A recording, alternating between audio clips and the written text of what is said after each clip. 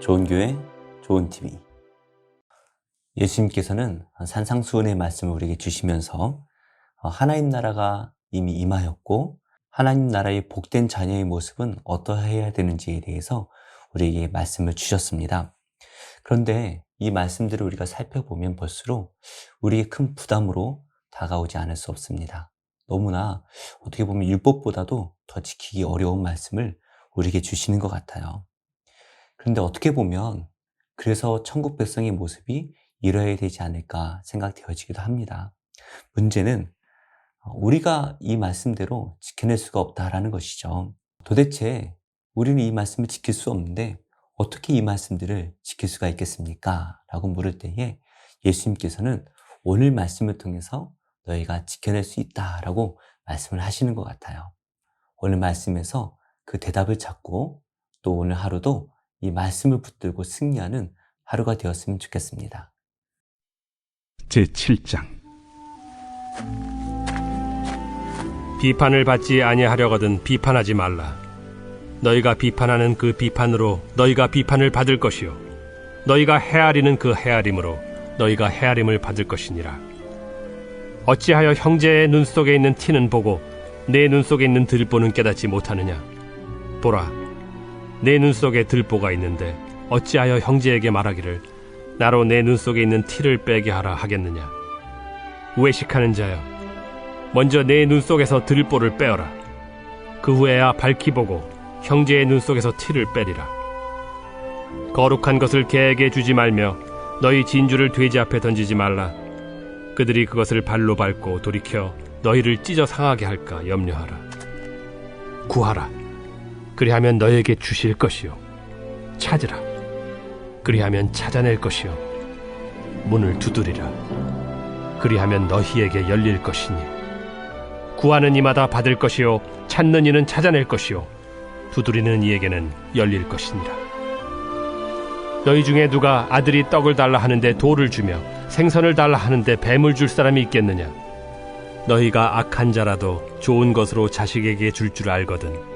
하물며 하늘에 계신 너희 아버지께서 구하는 자에게 좋은 것으로 주시지 않겠느냐? 그러므로 무엇이든지 남에게 대접을 받고자 하는 대로 너희도 남을 대접하라. 이것이 율법이요 선지자니라. 예수님께서는 먼저 1절 말씀에 비판을 받지 아니하려거든 비판하지 말라 이렇게 말씀을 하시네요. 여기서 말하는 비판은 흉을보다 이 정도의 비판을 말하는 것이 아니라요. 정죄한다라는 의미를 담고 있습니다. 그리고 비판하지 말라 말씀하시는데 이 비판하지 말라는 말은 재판장 노릇을 한다라는 말입니다. 그러니까 우리가 누군가를 정죄하면서 재판장 노름을 하지 말라 이런 말씀을 우리에게 주시네요. 그렇다면 구체적으로 왜 그런지 말씀을 하시는데요. 2절 말씀입니다. 너희가 비판하는 그 비판으로 너희가 비판을 받을 것이요 너희가 헤아리는 그 헤아림으로 너희가 헤아림을 받을 것이니라. 왜 우리가 비판을 하지 말아야 되느냐? 예수님께서는 우리가 누군가를 비판할 때에 그 비판으로 우리가 비판을 받을 것이다 라고 말씀을 하시고요. 또 우리가 누군가를 헤아린다면 그 헤아림으로 우리가 헤아림을 받을 것이다 라고 말씀을 하시네요. 헤아린다 라는 말은 잣대라는 의미를 가지고 있습니다. 그러니까 우리가 누군가에게 엄격한 잣대로 그 사람을 정죄한다면 그 엄격한 잣대가 그대로 우리에게 돌아올 것이다 라는 말씀이에요. 그런데 중요한 것은 여기서 너희가 비판을 받을 것이요 또 너희가 헤아림을 받을 것이니라. 여기서 사용된 단어가 신적 수동태라는 단어예요. 이 말이 뭐냐 하면 우리를 비판하실 그리고 우리를 헤아리실 분이 바로 하나님이시다라는 것을 말씀하고 있는 것입니다. 로마서 14장 10절 말씀에 보시면 우리가 누군가를 정죄하지 말라고 말씀을 하는데요. 왜 그런가 하냐면 우리 또한 마지막 날에 하나님의 심판대 앞에 서게 될 것이기 때문이다 라고 말씀을 하십니다. 근데 이 말씀과 로마서의 말씀을 우리가 생각해 보면 마지막 날 하나님께서 우리를 심판하시는데 어떠한 잣대로 우리를 심판하십니까? 우리가 누군가를 정죄하였던 그 잣대로 우리를 심판하신다는 거예요. 그러니까 우리가 누군가를 정죄할 때 온유한 마음을 가지고 넓은 마음을 가지고 그 사람들을 품어낸다면 우리 하나님께서도 마지막 날 우리를 그 잣대 그대로 우리를 품어주실 것이다 라는 것을 말씀하시는 것이죠. 그래서 예수님께서 우리에게 주셨던 주기도문의 말씀, 그 뒤에 나오는 말씀을 보시면 우리가 사람의 잘못을 용서하면 하늘 아버지께서도 너희 잘못을 용서하시려니와 너희가 사람의 잘못을 용서하지 아니하면 너희 아버지께서도 너희 잘못을 용서하지 아니하실 것이다 라고 말씀을 하시죠. 그러니까 우리가 다른 사람에게 어떠한 잣대를 가지고 정죄를 하고 판단하느냐, 그 기준이 마지막 날 하나님 앞에서 우리가 판단받는 기준이 된다라는 것이죠. 그렇다면 우리가 남들에게 어떠한 기준을 가지고 대해야 될 것인지 여기에 대한 기준이 명확히 나오는 것이죠. 우리가 엄격한 잣대로 남들을 정죄한다면 우리는 마지막 날 어느 누구도 심판에서 피할 수가 없을 것입니다. 근데 반대로요, 우리가 어떠한 죄도 용서해주고 사랑으로 그 사람들을 품어줄 수 있다면 우리 하나님께서도 마지막 날 우리를 그 잣대로, 사랑의 잣대로 품어주는 잣대로 대해주실 것이라고 말씀하시는 것입니다. 그러면서 예수님께서는 3절 말씀에 이렇게 말씀을 하시네요.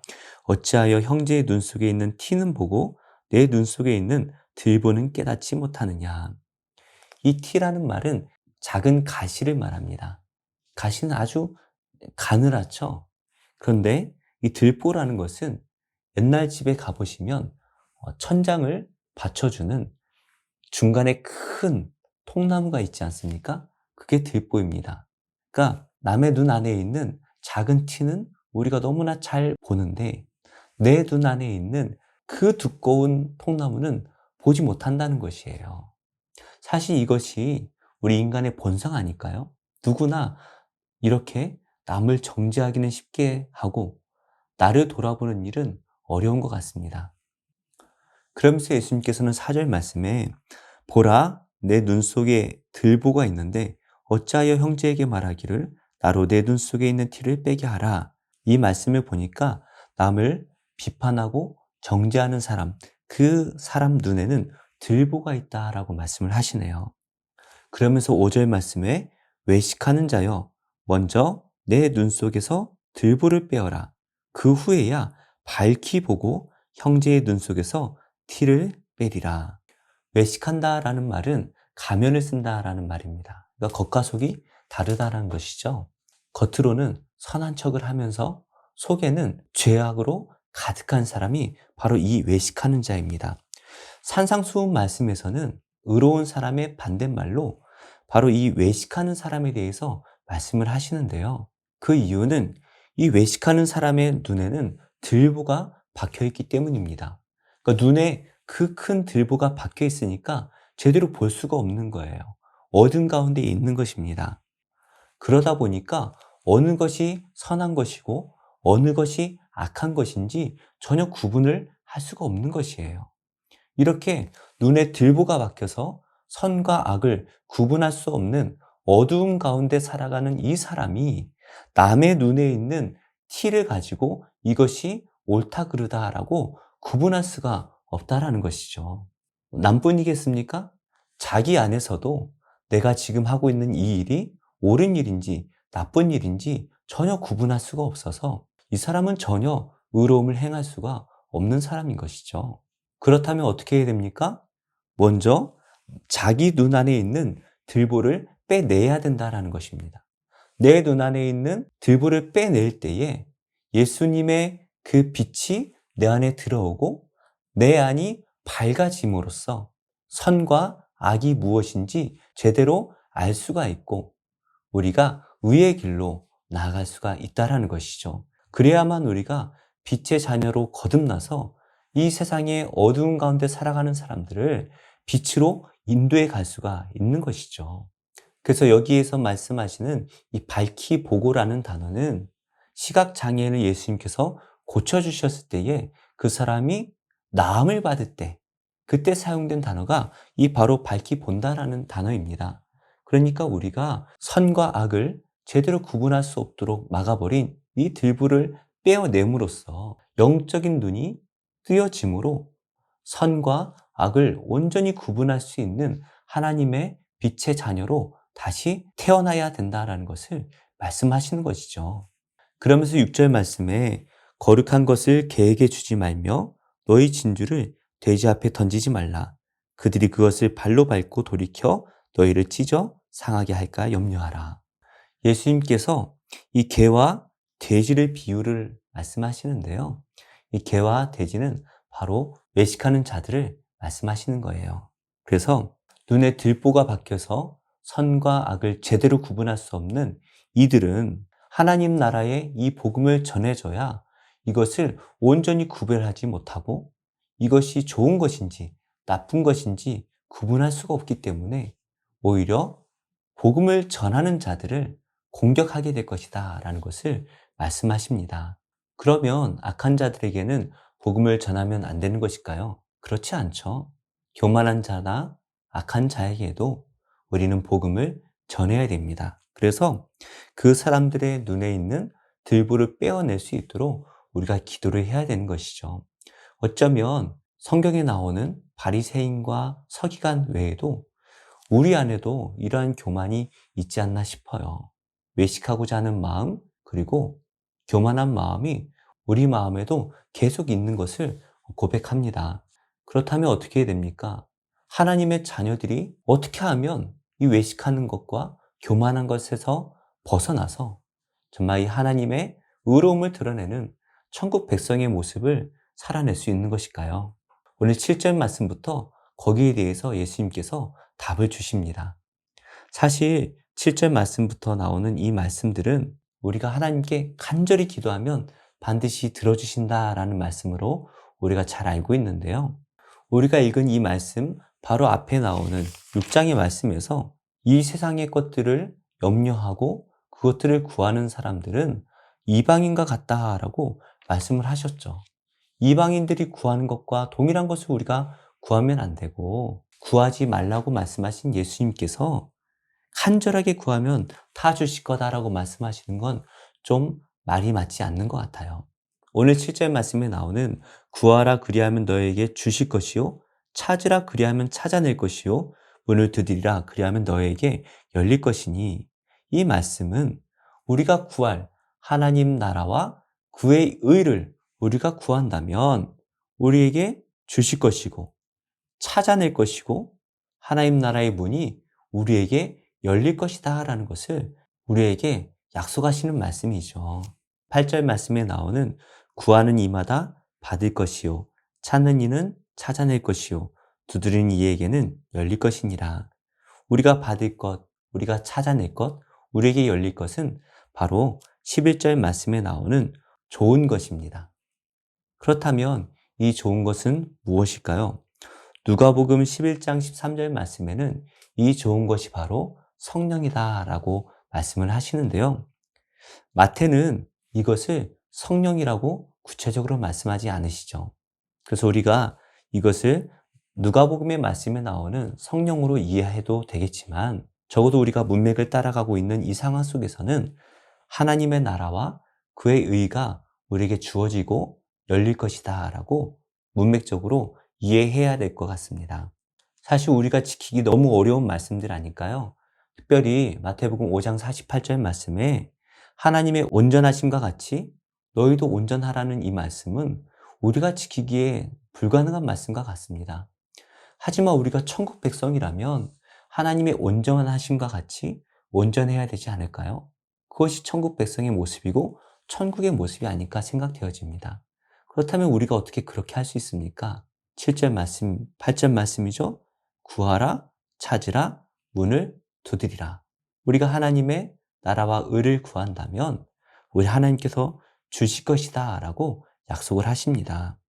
9절 말씀, 10절 말씀입니다. 너희 중에 누가 아들이 떡을 달라 하는데 돌을 주며 생선을 달라 하는데 뱀을 줄 사람이 있겠느냐.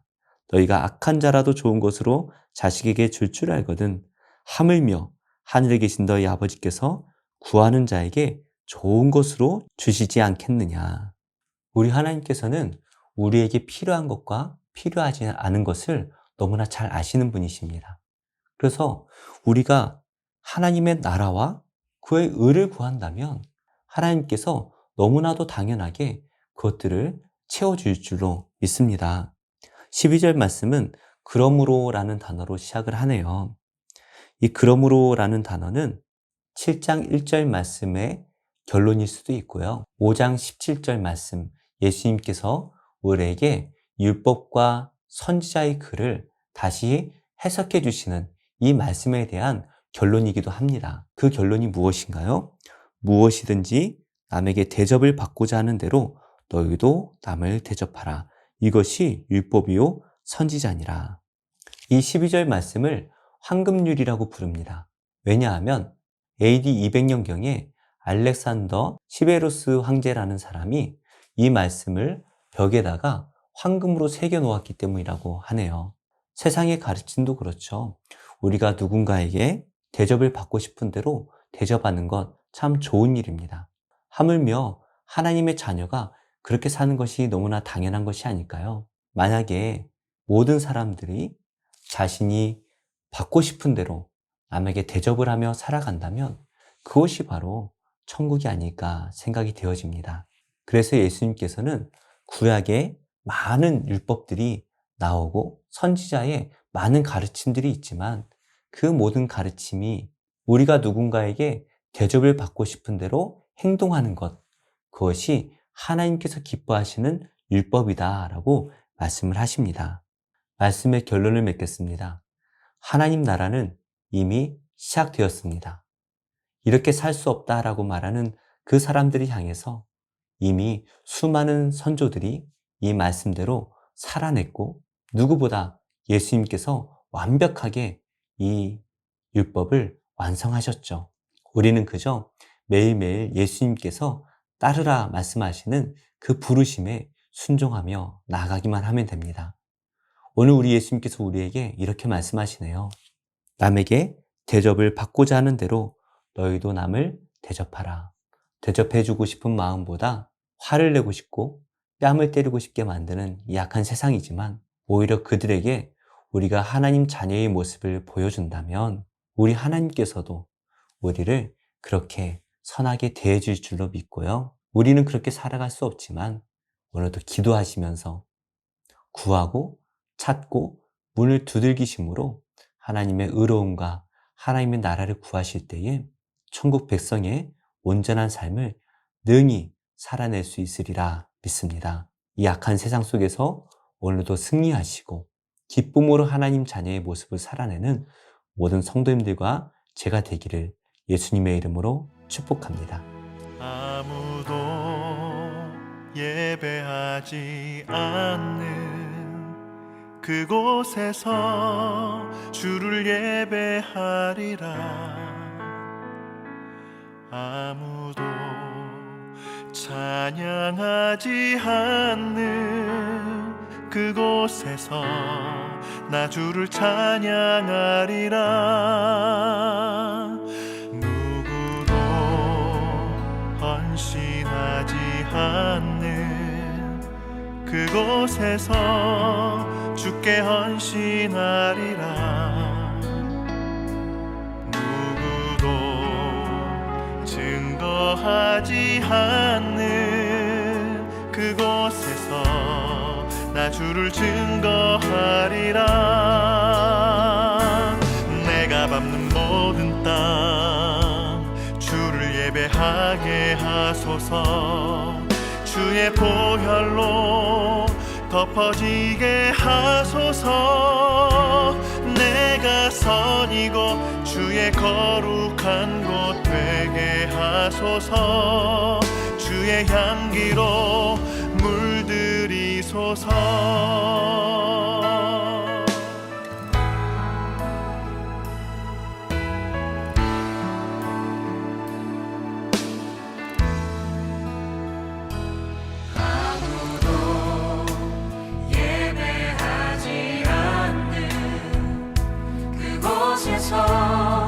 주를 예배하리라. 아무도 찬양하지 않는 찬양하리라.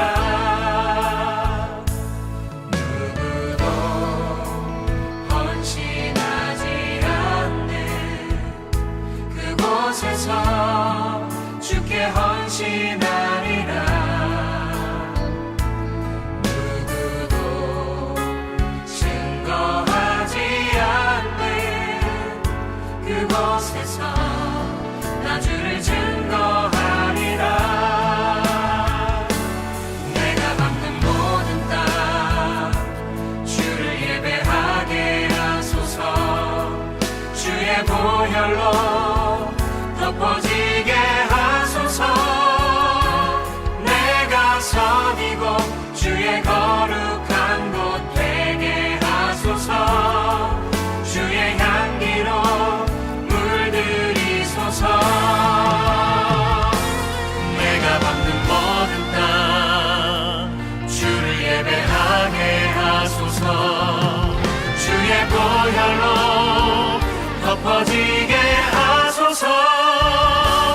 내가 선 이곳 주의 거룩한 곳 되게 하소서. 주의 향기로 물들이소서. 내가 선 이곳 주의 거룩한 곳 되게 하소서. 주의 향기로 물들이소서.